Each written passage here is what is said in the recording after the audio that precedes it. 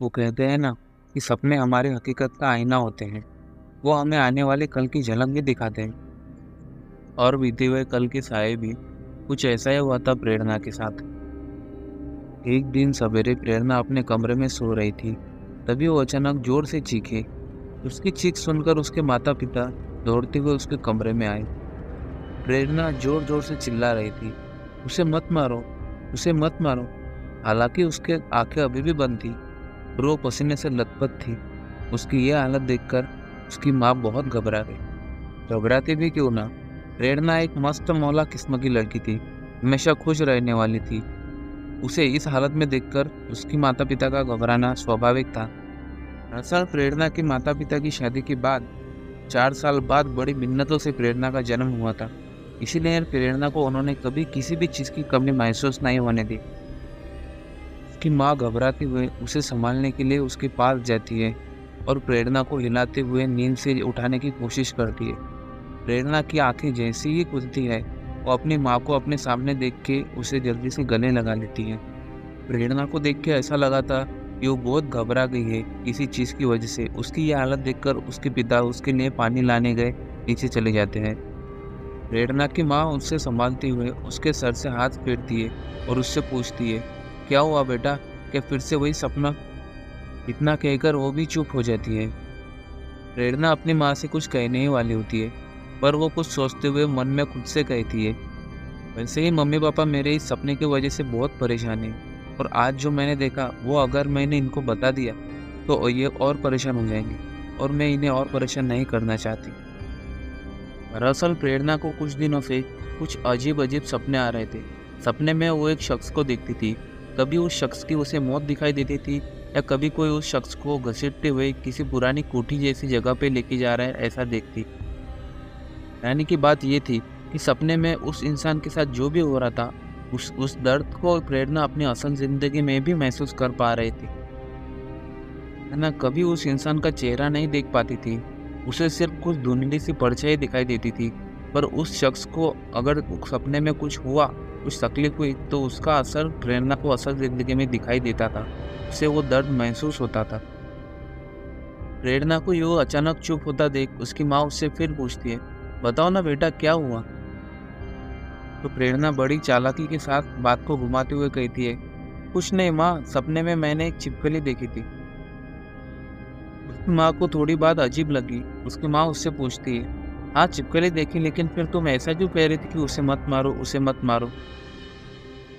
प्रेरणा भी मुस्कुरा के जवाब देती है, अरे माँ, वो पिताजी ना उस छिपकली को मार रहे थे तो उन्हें भी कह रही थी कि उसे मत मारो, उसे मत मारो। तभी उसके पिता उसके लिए पानी लेके आ जाते हैं और प्रेरणा को पानी देते हैं और उसकी माँ से पूछते हैं कि क्या हुआ, प्रेरणा ऐसे क्यों चिल्ला रही थी? प्रेरणा को अपने पिताजी की ये बात सुनकर ऐसा लगा कि उसके पिताजी और उससे सवाल जवाब करेंगे। अपने माता पिता के सवाल जवाब से बचने के लिए प्रेरणा बात को घुमाते हुए कहती है, अरे बाप रे, 8 बज गए, लगता है आज मैं फिर से लेट हो जाऊंगी। ना कहकर वो अपने पलंग पे से उठ जाती है और कॉलेज जाने के लिए तैयारी करने के लिए सीधा बाथरूम में चली जाती है। ऐसा क्या देखा था प्रेरणा ने जो वो किसी को बताना नहीं चाहती? वैसे कॉलेज में प्रेरणा के बहुत सारे दोस्त थे, होते भी क्यों ना। वो इतनी खूबसूरत जो थी और सबसे सादगी और प्यार से बात करती थी। पर कॉलेज में उसका एक खास ग्रुप था जिसमें श्वेता, मीनल, आदित्य और कुणाल थे। इनमें से श्वेता और प्रेरणा बचपन से साथ थे, पहले स्कूल में और अब कॉलेज। कॉलेज के कैंपस में श्वेता और आदित्य के बीच किसी बात पर बहस शुरू थी। श्वेता आदित्य से चिढ़ के कहती है, मैंने कहा ना ऐसा नहीं हो सकता। आदित्य भी उसी लहजे में बात करते हुए जवाब देता है, और मैंने भी कहा ऐसा ही होगा। इन दोनों की ये बहस मिनल और कुणाल बड़े मजे से देख रहे थे। तभी वहां पर प्रेरणा आ जाती है। वो उन दोनों को सवेरे सवेरे यूं लड़ते हुए देख उनके बीच में बोल पड़ती है, अरे भाई क्या हुआ, इतने सवेरे सवेरे क्यों लड़ रहे हो, किस बात पे लड़ रहे हो तुम दोनों? प्रेरणा को वहां देख श्वेता ने उससे कहा, देखो ना यार, ये आदित्य क्या बोल रहा है। कल हमारा लास्ट पेपर है, तो हमने क्या डिसाइड किया था कि इस छुट्टियों में हम मनाली घूमने जाएंगे। तो प्रेरणा ने भी उसकी बात में हामी भरते हुए कहा, हाँ तो जाने वाले हैं ना, उसमें क्या हुआ? श्वेता आदित्य की तरफ चिढ़ते हुए देख के जवाब देते हुए कहती, तो ये आदित्य बोल रहा है कि पिछले महीने ही ये वहाँ जाके आया, तो इस बार हम मनाली नहीं शिमला जाएंगे। ऐसा थोड़ी ना होता है यार। शिमला का नाम सुनते ही प्रेरणा कुछ घबरा सी जाती है और कुछ नहीं बोलती। उसे ऐसा अचानक चुप होते देख श्वेता पूछती है, क्या हुआ प्रेरणा, अब तुझे क्या हुआ? तो प्रेरणा अपने घबराहट छुपाते हुए आदित्य की तरफ देखते हुए कहती है, क्यों आदित्य, पहले हमारा मनाली जाने का तय हुआ था ना, तो अब तुम मना क्यों कर रहे हो? आदित्य प्रेरणा की तरफ देखते हुए जवाब देता है, हाँ तो क्या हुआ यार, तुम्हें तो मतलब बर्फ और वादियों से है ना, फिर वो शिमला की हो या मनाली की। और अभी यार मैं पिछले हफ्ते ही वहाँ पे जाके आया हूँ, फिर से वही वही चीज़ें रिपीट नहीं करना चाहता। इसीलिए मैं इस श्वेता से कब से कह रहा हूँ कि हम शिमला जाएंगे, पर यह है कि मान ही नहीं रही। अब तुम ही समझाओ इसे। आदित्य के इतना कहते ही फिर से श्वेता और आदित्य के बीच में बहस शुरू हो जाती है। वो दोनों वहाँ झगड़ ही रहे थे, तभी प्रेरणा का ध्यान बाजू में ही खड़े मिनल और कुणाल की तरफ जाती है। वो बड़े मज़े लेके इन दोनों के झगड़े सुन रहे थे। तभी प्रेरणा उनसे कहती है, क्या यार तुम कैसे दोस्त हो, यहाँ तुम्हारे दोस्त झगड़ रहे हैं और तुम बैठ के मज़े ले रहे हो। तभी मिनल प्रेरणा को हंसते हुए जवाब देती है, अरे यार हमें इनसे क्या, हमें तो सिर्फ बर्फ से मतलब है। फिर वो कहीं के भी हो, इन दोनों में से कोई भी जीते फ़ायदा तो हमारा ही है। इसीलिए बस हम इस लड़ाई को एंजॉय कर रहे हैं और कुछ नहीं। तभी प्रेरणा तंग आकर उनसे कहती है, अरे यार चुप बैठो तुम और मेरी बात सुनो।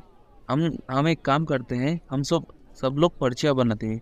जिस भी पर्ची में जिस जगह का नाम ज़्यादा होगा हम वहीं जाएंगे। यूँ झगड़ा करने से कोई फ़ायदा नहीं है यार। प्रेरणा की ये बात सबको सही लगी और सब ने इस चीज़ में हामी भर दी कि सब लोग चिट्ठियाँ बना के डिसाइड करेंगे कि उन्हें आखिर जाना कहाँ है। जब प्रेरणा अपनी पर्ची बना रही थी तो ना चाहते हुए भी उसमें वो शिमला ही लिख देती है, और जब पर्ची खोलते हैं तो श्वेता को छोड़कर सब ने शिमला ही लिखा था। श्वेता थोड़ा नाराज़ तो होती है कि प्रेरणा ने उसके उसके साइड ना लेते हुए सबकी साइड ली और शिमला लिखा, लेकिन सबकी एक्साइटमेंट देखकर, सबकी खुशी देखकर आखिरकार वो भी मान ही जाती है और सब लोग खुश हो जाते हैं कि अगले दिन एग्ज़ाम होने के बाद वो सब आखिरकार घूमने के लिए शिमला जा रहे हैं।